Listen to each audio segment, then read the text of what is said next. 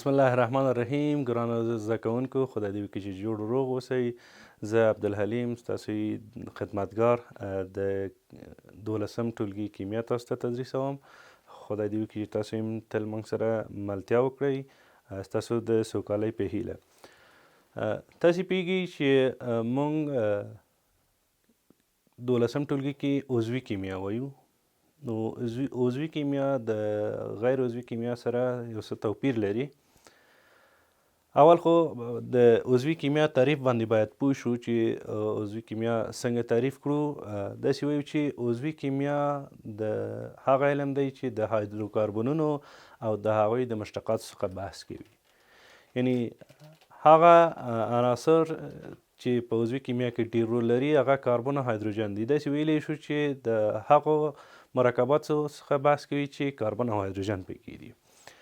نو سوال دلته دی چې ستاسې په نظر د عضوي کیمیا ارزښت ډېر دی یا غیر عضوي کیمیا؟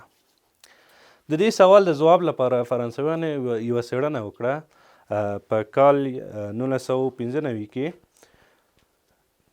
د دې څېړنې کړنلاره داسې وه چې په ټولو سوپرستور یا فروګانو کې لیستونه ورکړل دوی ته، دکاندارانو ته، چې تاسې یادداشت ونیسئ، محاسبه کوئ چې تاسې عضوي مواد ډېر خرڅوئ یا غیر عضوي مواد خرڅوئ. کله چې کال آخر شو نو دغه څېړونکي چې لاړل د خپله نتیجې پسې دلته یو ډېر لوی توپیر و.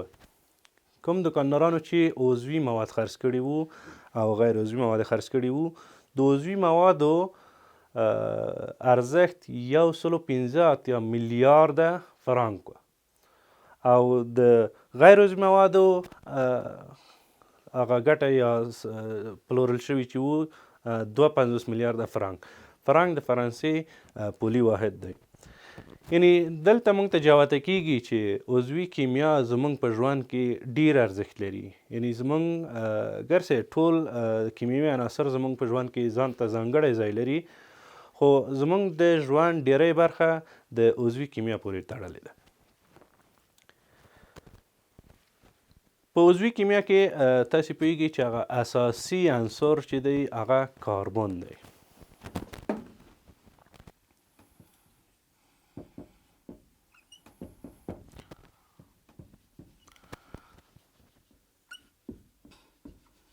کاربن سمبول سی دی، په سی باندې ښودل کیږي. کاربن د دوراني جدول په 4م ګروپ کې موقعیت لري. اتومي نمبر یې 6 دی او اتومي وزن یې 12 دی. کاربن غیر فلز دی، 3 ایزوتوپونه لري. لږ وروسته بیا ورباندې بحث وکړو. 4م اصلي ګروپ کې موقعیت لري کاربن، اتومي نمبر 6 او اتومي وزن یې اتومي کتله یې 12 ده. کیمیا پوهانو کله چې د کاربن هغه الکتروني جوړښت ته وکتل، دوی ویل چې اکثرا مرکبات چې دی جوړولی شي هغه د CR2 شکل لري. یعنی CR2 شکل، یعنی کاربن 2 رابطې جوړولی شي. خو کله چې د الکتروني جوړښت ولیدل چې دی، زه تاسو ته لیکم، کاربن 6 اتومي نمبر دی، 1s2 2s2 2p2. دا الکتروني جوړښت دی چې په اول مدار کې 2 الکترونونه، په دویم مدار کې 4 الکترونونه لري. نو کیمیا پوهانو دا فکر کوه چې یوازې د دغه 2p څخه الکترون په د روابطو په جوړولو کې ګټه اخیستل کیږي. کله چې لاړل تحقیق یې وکړه، په لابراتوار کې هیڅ کوم مرکب یې لاسته راوړلی ونه شو چې د CR2 شکل ولري. کله چې دغه ساختمان ته تودوخه یا انرژي ورکړه، نو دا دې حالت ته راغی چې کاربن 6 اتومي نمبر 1s2 2s1 2p3.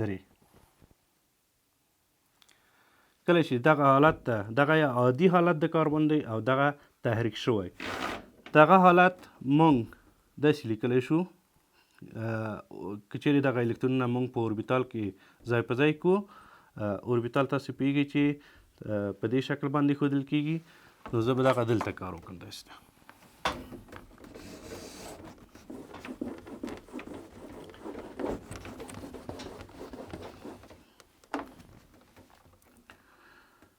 کاربن اتمی نمبر شپږ دی، 1s2 2s2 2p2.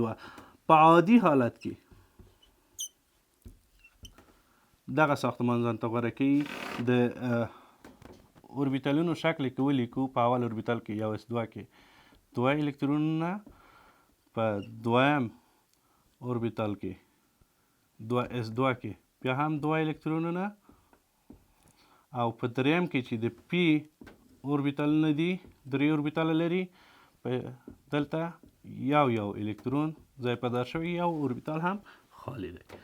کله چې انرژي ورکړل شي یعنی تحریک شي دغه کاربن چې شپږ اتمی نمبر دی، تحریک شوي حالت کې بیا دغه حالت ځان ته غوره کوي الکتروني جوړښت 1s2 2s1 2p3. که په دې شکل باندې ولیکو، په اول اوربیتال کې 2 الکترونونه چې مخالف جهت باندې موقعیت لري، په دویم اوربیتال کې یو الکترون دی، دغه ټول په یوه سطحه باندې لیکل کیږي.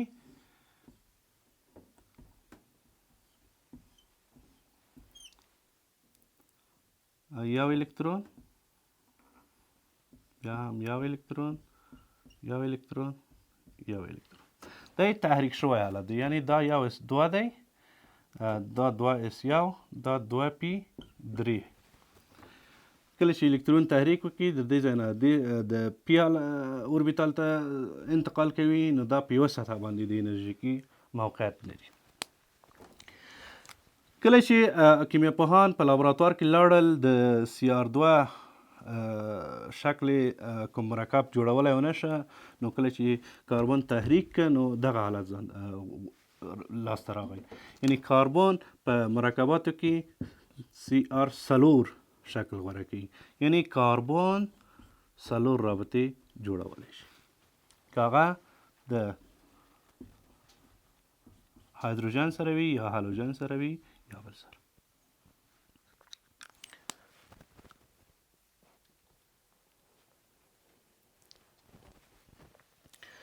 کاربن په عضوي مرکباتو کې دوه ډوله مرکبات جوړوي، یو زنجیري دي، یو هم حلقوي. چې حلقوي یا اروماتیک یا هایدروسیکلیک، او دغه زنجیري چې دي د الیفاتیک په نامه یادیږي. کاربن 3 ایزوتوپونه لري. دا یادداشت کړه شاګردانو.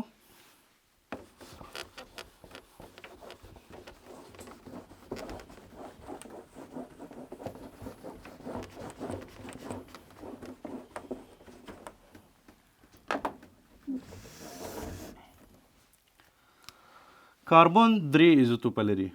کاربن 12، کاربن 14 او کاربن 14.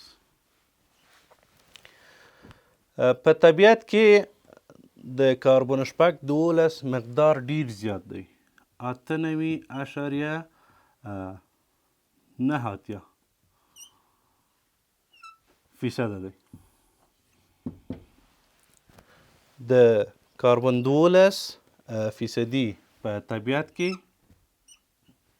98.9 دی. د کاربن 14% چې دا ډیره کمه ده. په طبیعي حالت کې کاربن 14 شتون نه لري، نو د کاربن 14 لاسته راوړلو لپاره د هستوي تعاملاتو څخه استفاده کوي. کاربن 14 چې دی دی الکترون وبخښئ رادیو اکتیف دي، د خپل نه اضافي وړانګې نشوي چې دغه کاربن کاربورد یا ګټه اخیستنه یې په عدلي طبقې ډیره زیاته ده په طبابت کې یا په باستان شناسي کې چې د یوه قدیمي څیز یا شي نیمه عمر پیدا کوي. یعنی اکثرا د یو جسم د نیم عمر پیدا کولو لپاره د کاربن 14 څخه استفاده کیږي. کاربن 14 څنګه لاسته راځي؟ کله چې نایتروجن چې اتومي نمبر یې 7 او اتومي کتله یې 14 ده د نیوترون په واسطه بمبارد شي، نو په نتیجه کې کاربن 14 لاسته راځي او بیتا او یو پروتون چې کیږي آزاده کیږي. پروتون دغه ځینې وخت هایدروجن هم خلق لیکي. هایدروجن خپله یو پروتون دی. کله چې نایتروجن 7 اتومي نمبر دی د نیوترون په واسطه بمبارد شي، نو کاربن 14 او یو پروتون لاسته راځي. او دغه دوران کې په طبیعت کې بیا چون دا د خپل نه اضافي وړانګې پخش کوي، رادیو اکتیف دی. کاربن 14 دی د خپل نه اضافي وړانګې پخش کوي چې د بیتا منفي او نایتروجن 14 لاسته راځي. دا یو هستوي تعامل دی چې وروسته به تاسو ته تشریح شي. خدای دې وکړي چې تر دې ځایه مو څه زده کړي وي. په دې درس کې مونږ لومړی عضوي کیمیا تعریف کړه چې عضوي کیمیا څه ده.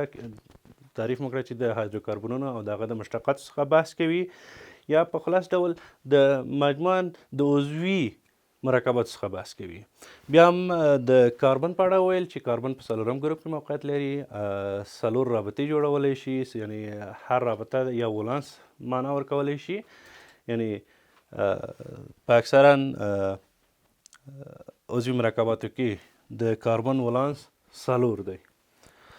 الکتروني جوړښت مو تاسو ته تشریح کړه چې کله تحریک شي او که تحریک نشي هغه کوم حالت کې دی. د CR2 او CR4 شکل مو تاسو ته تشریح کړه. تاسو د یو کورنۍ دنده به تاسو ته درکړم، هغه دا چې تاسو د کاربن 14 او کاربن 12 په یو نسبت لري چې کاربن 12 او کاربن 14 دغه نسبت څومره دی تاسو ته کتاب کې لیکل شوی، او هغه غواړم چې تاسو راته محاسبه کړئ چې څنګه محاسبه کوئ، څنګه عادت لاسته راځي. دا د تاسو کورنۍ دنده او تر بیا مو په خدای سپارم.